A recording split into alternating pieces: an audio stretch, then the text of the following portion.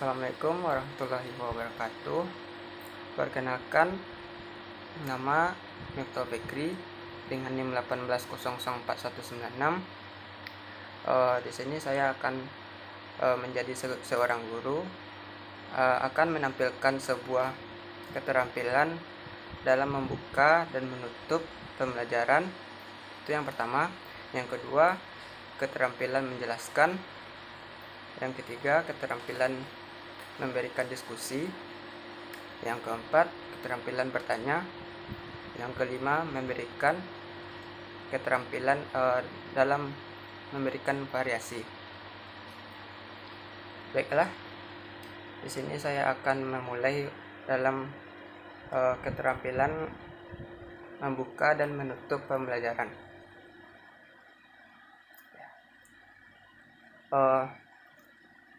Assalamualaikum pagi anak-anak, apa kabar semuanya? Apakah ada yang sudah sarapan atau belum? Apakah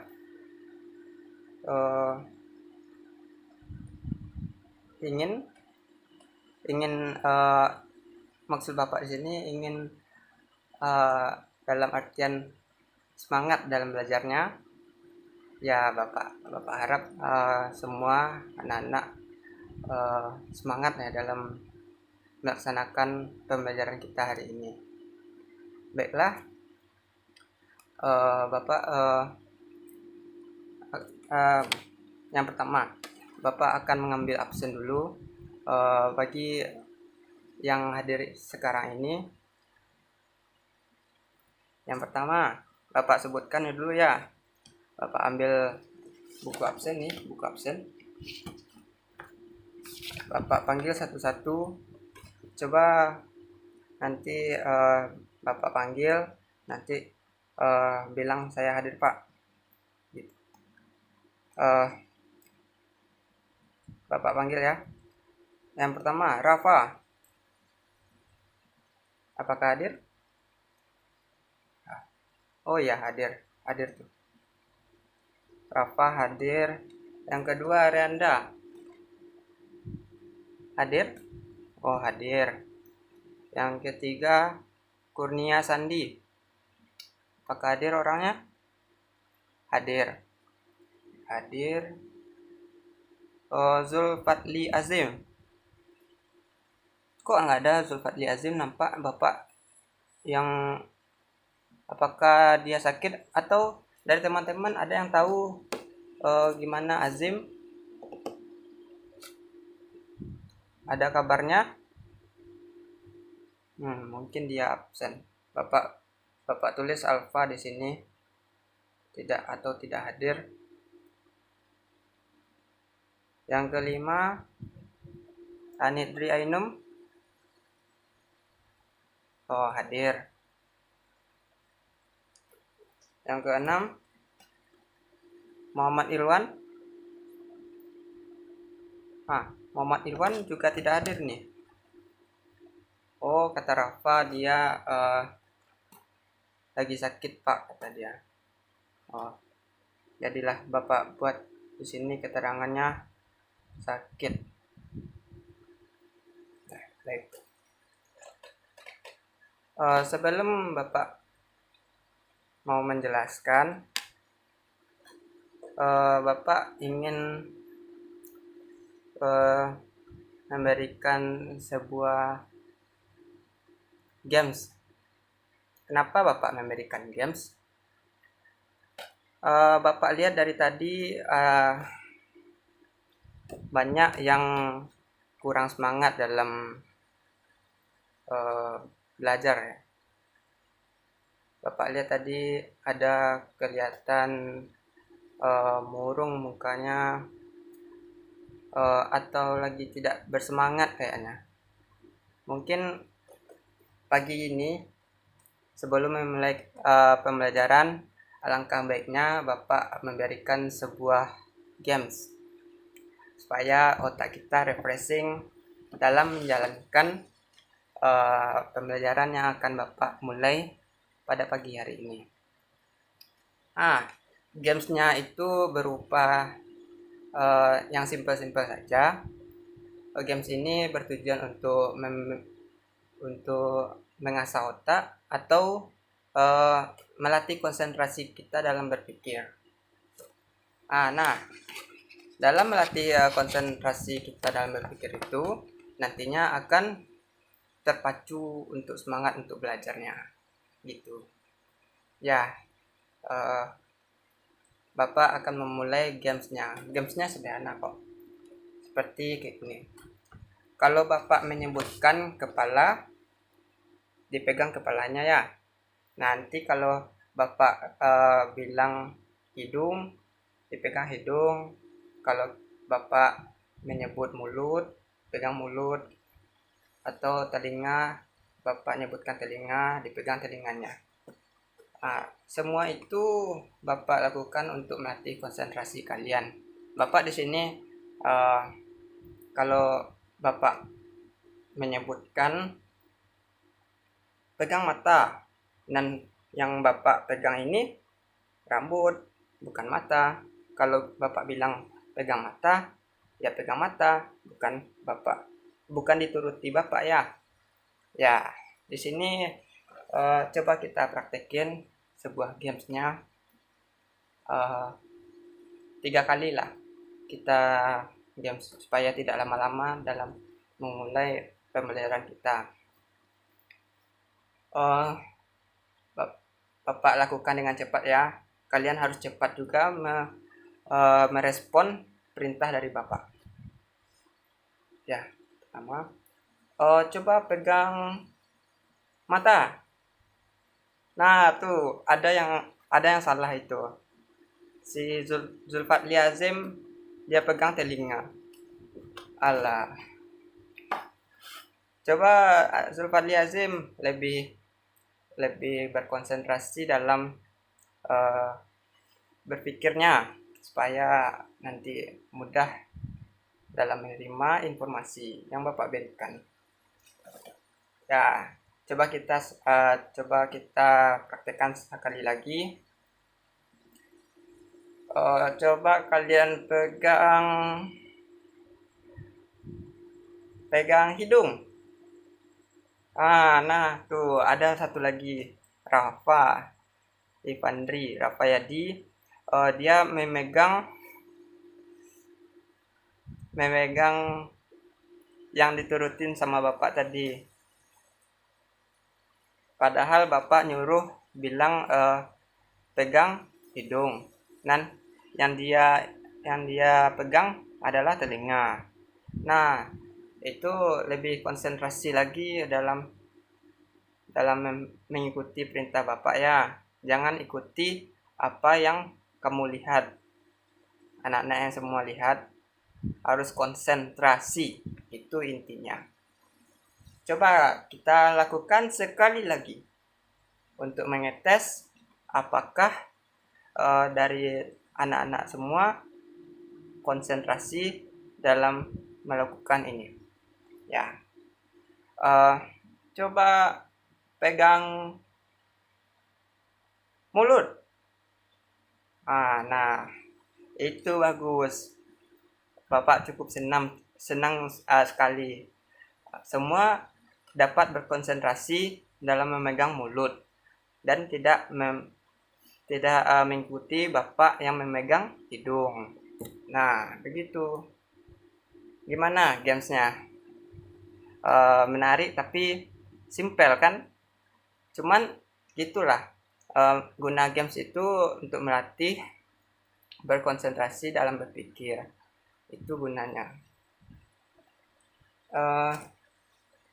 Nah, Bapak masuk dalam menjelaskan materi. Bapak masuk ke penjelasan materi lagi.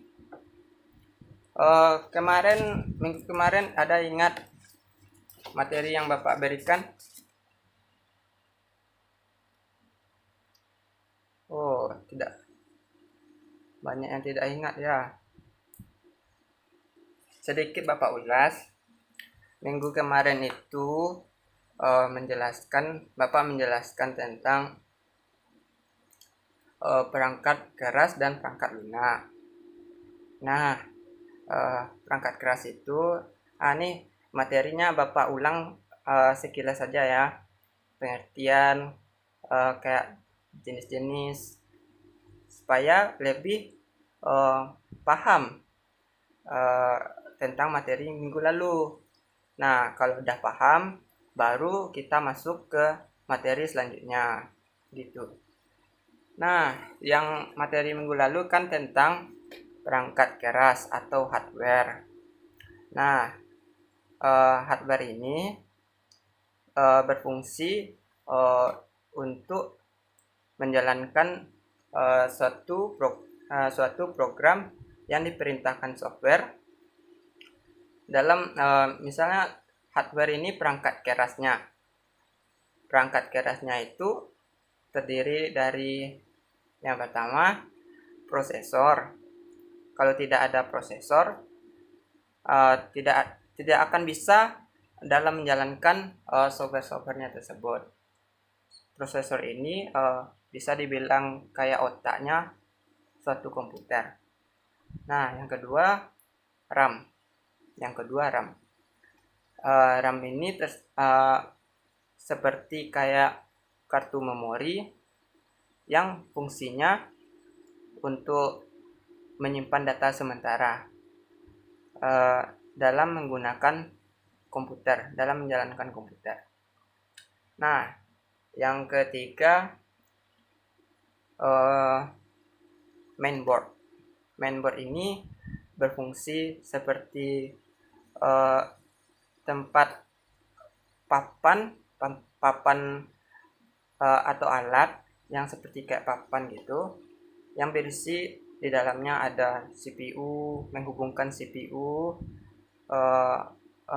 RAM, dan komponen-komponen lainnya, misal kayak sound card ini seperti kayak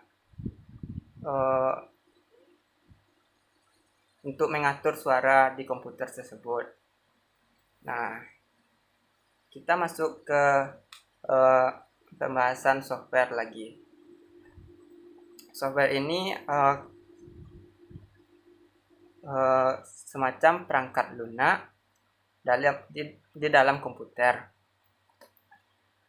Software ini kayak jenis-jenisnya seperti Microsoft Word itu software, Microsoft Office kayak Bapak menampilkan PPT ini, PowerPoint, Microsoft Office, Microsoft Word, dan Microsoft Excel. Itu disebut juga dengan ketiga ini dinamakan software. Software ini aplikasi atau bisa dibilang aplikasi komputer yang menjalankan suatu perintah di mana perintah tersebut dapat diperintah oleh yang memakainya.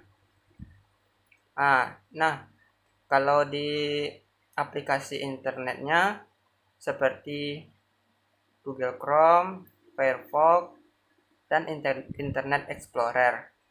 Itu yang ketiga, yang aplikasi software yang biasa banyak yang digunakan di kalangan masyarakat. Nah, kan sudah Bapak jelaskan materi minggu lalu. Baik, selanjutnya Bapak menjelaskan materi minggu ini yang berupa apa saja keunggulan dalam mempelajari atau penggunaan dalam penggunaan TIK. Nah, Bapak jelaskan dulu ya. Keuntungan dalam penggunaan TIK ada bermacam-macam. Misalnya, kalau dalam bidang pendidikan itu ada keuntungan dalam penggunaan TIK.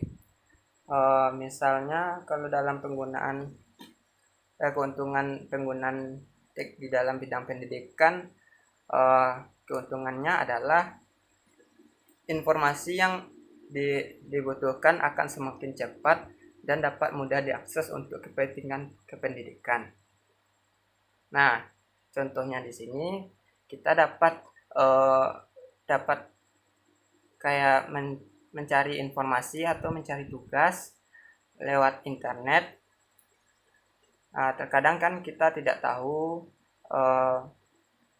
materi yang misalnya dalam menjawab soal ini kita dirasa kurang paham. Kita dapat mencari materi tersebut dan mempelajarinya lewat internet.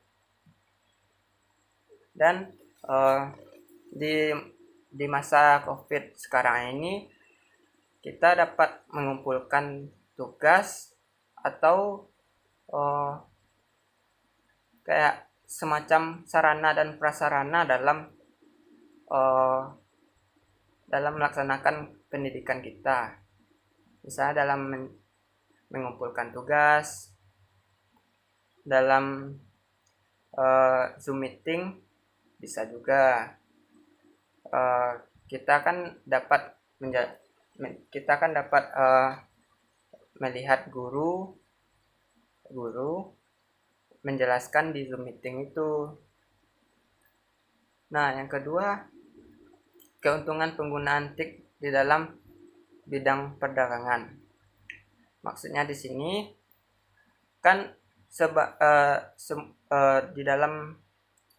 di dalam serba digital ini banyakkan orang lebih memilih untuk belanja online daripada belanja di pasar. Nah, sebabnya itu dikarenakan harga di belanja online ini lebih bersaing harganya ketimbang yang di pasar. Nah, contohnya, misalnya kita tidak tahu harga barang di pasar. Misal kita mau membeli barang, contohnya raket. Kita tidak tahu berapa harganya harga raket tersebut. Nah, kita dapat melihatnya di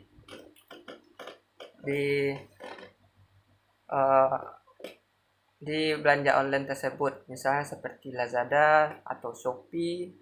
Nah, kita dapat belanja online dengan harga yang dapat bersaing.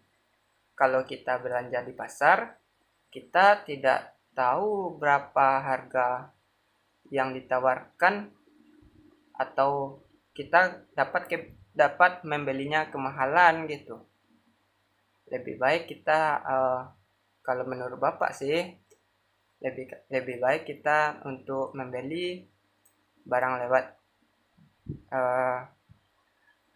lewat belanja online seperti Lazada dan Shopee. Nah, yang ketiga, keuntungan penggunaan TIK dalam bidang pemerintahan. Contohnya di sini keuntungannya ialah dalam meningkatkan pelayanan kepada masyarakat. Contohnya dalam pembuatan KTP. Nah, dulu kan orang kalau membuat KTP sekian lama dia menunggu, kalau nggak salah berbulan-bulan baru jadi KTP-nya.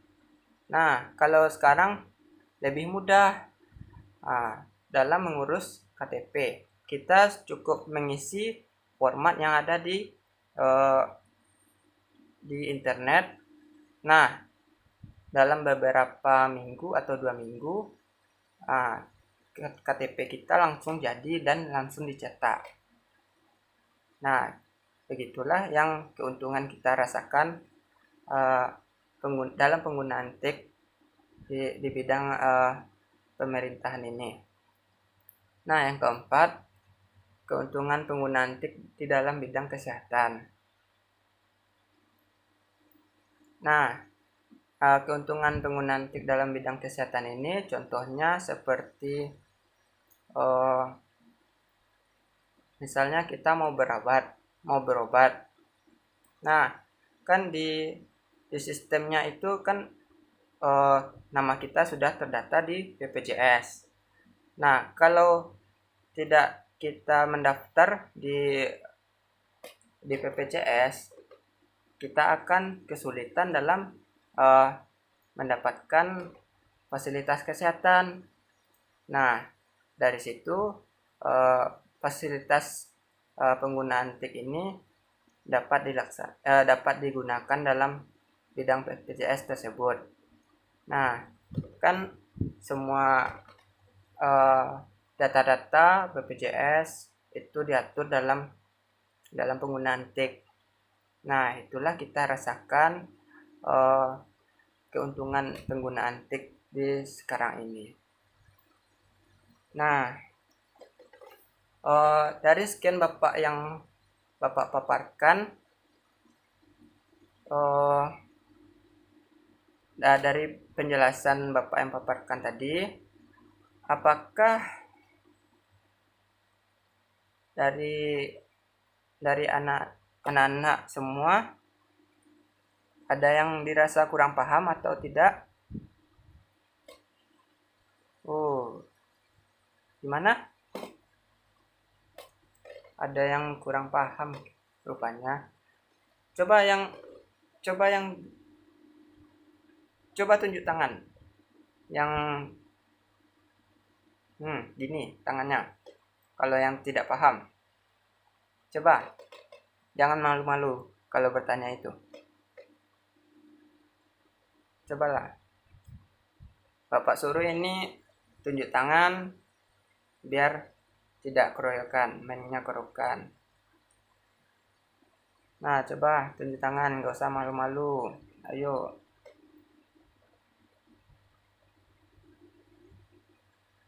Gimana, Rafa? Apa pertanyaannya tadi? Oh. Ya, Rafa tadi bertanya, keuntungan di bidang penggunaan TIK yang di bidang lain ada nggak, Pak? Kata dia. Selain yang 4 tadi yang Bapak sebutkan. Nah, Bapak ada satu lagi keuntungan bidang TIK dalam bidang yang lain. Coba tebak, apa yang Bapak pikirkan? Nah, satu lagi, keuntungan penggunaan TIK dalam bidang mencari pekerjaan. Itu sangat penting bagi kalian yang mau dalam mencari pekerjaan, misalnya mau tamat SMK. Saya sudah tamat SMK, kan mau pekerjaan, mau mencari pekerjaan. Nah, di situ banyak informasi seputar lowongan pekerjaan di scroll di internet itu banyak sekali tentang informasi tentang pekerjaan. Nah, kita dapat memilih pekerjaan apa yang sesuai dalam memilih pekerjaan yang kita inginkan. Nah, sekianlah dari Bapak jelaskan tadi. Adakah yang lain ingin bertanya?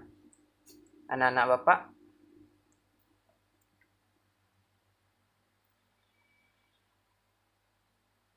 Ya, apa Azim? Oh, keuntungan fasilitas keuntungan apa tadi? Keuntungan penggunaan TIK yang kita rasakan saat ini. Oh, yang kita rasakan saat ini banyak sekali Azim. Yang Bapak sebutkan tadi yang kita rasakan saat ini. Iya.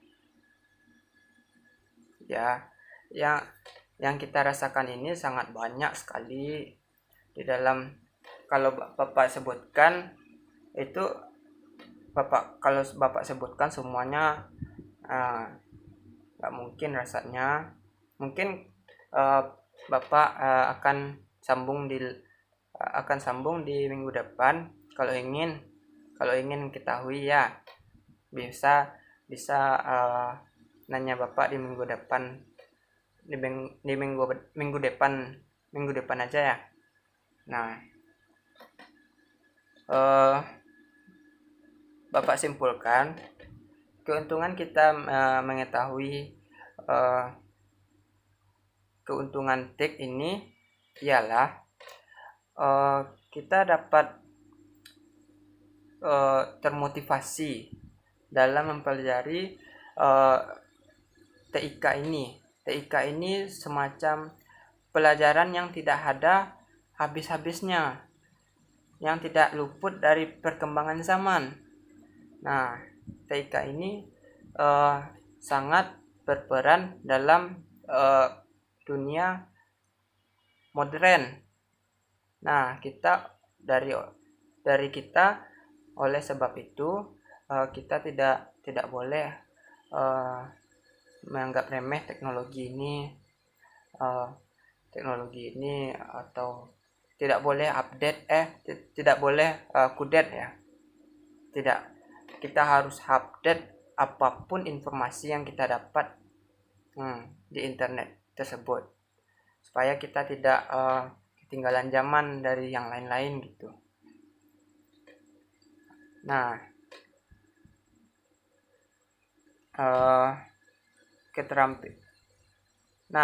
Bapak akan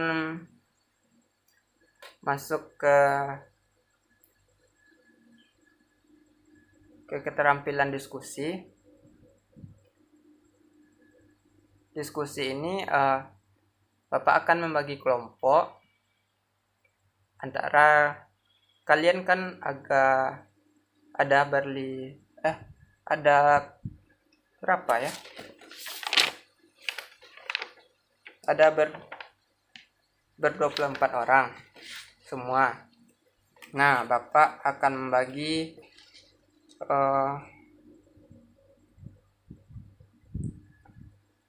membagi 6 kelompok. Berarti dalam satu kelompok ada 4 orang. Nah, coba bagi kelompoknya. Bapak pilih atau gimana? Bapak tentukan atau yang kalian yang menentukan untuk berdiskusi. Kita akan masuk ke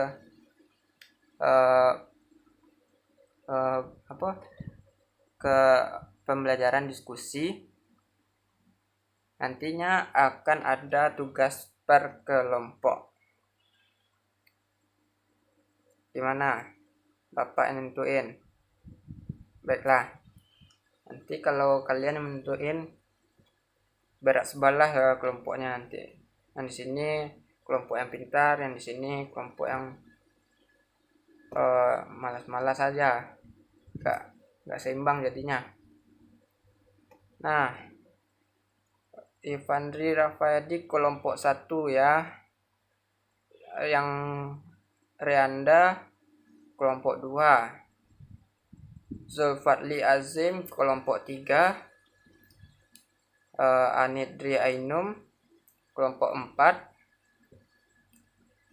Kurnia Sandi kelompok 5. Dan yang kelompok terakhir kelompok 6, Muhammad Ilwan.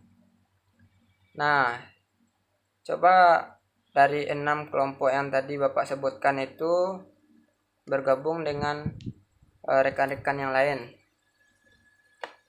Nah, nanti akan Bapak kasih pertanyaan per kelompok tentang materi seputar ini. Nantinya akan ada tugas kelompok yang akan dikumpulkan sehabis mata pelajaran ini, sehabis sesi ini. Nah, coba dari kelompok 1 Bapak kasih pertanyaan. Apakah dapat menjawabnya atau tidak? Pertanyaannya ialah coba kalian sebutkan apa saja keuntungan penggunaan tik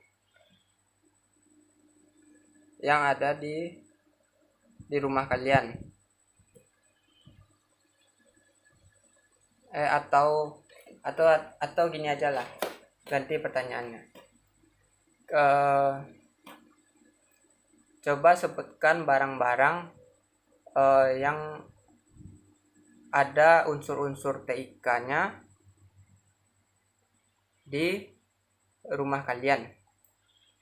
Coba sebutkan atau tulis di situ apa saja barang-barang yang mengandung unsur TIK di rumah kalian, dan kalian tulis di situ fungsi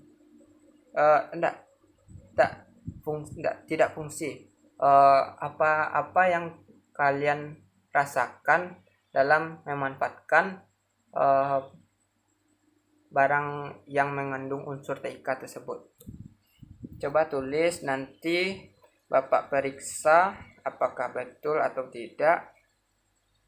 Nanti dikirim ke depan ya, dikumpulin ke depan. Nah, coba kelompok 2 juga menjawab seperti itu. Coba menjawab pertanyaan yang Bapak berikan tadi barusan. Nah, yang kelompok lain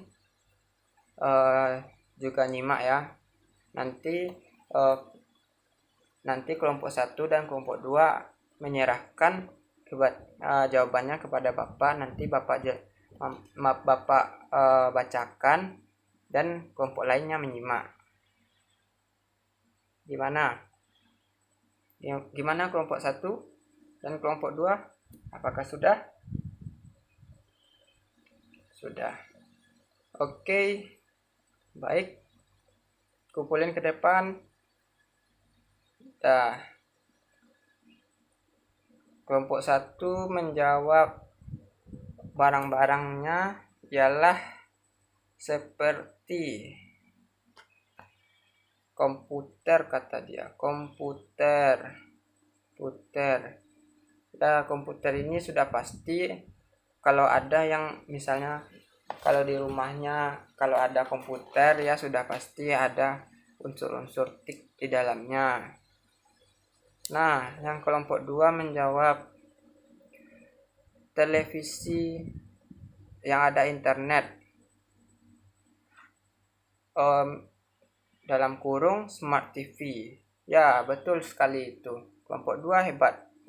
Nah, di smart TV itu sama kayak unsurnya kayak komputer, dapat menampilkan unsur-unsur TIK di dalamnya, dapat kita berinternet di dalamnya, menonton TV lewat internet gitu.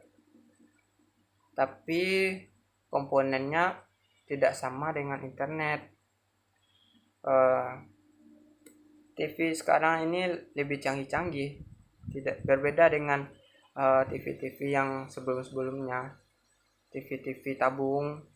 Kalau sekarang TV-nya lebih minimalis, lebih pipih dan ringan. Kalau TV tabung kan berat. Nah, gitu keuntungannya. Nah, gimana dari penjelasan Bapak hari ini, pembelajaran kita hari ini, dirasa kalian semua sudah paham? Sudah. Baiklah, terima kasih atas waktunya. Bapak sudah menjelaskan materi tentang keuntungan dalam penggunaan TIK di kehidupan sehari-hari. Nanti akan ada PR nanti akan Bapak berikan lewat WA. Nanti dibuat PR-nya, dan minggu depan akan dikumpulkan. Baik, sekian dulu pembelajaran kita. Bapak sudahi. Wabillahi taufik wa hidayah. Assalamualaikum warahmatullahi wabarakatuh. Waalaikumsalam.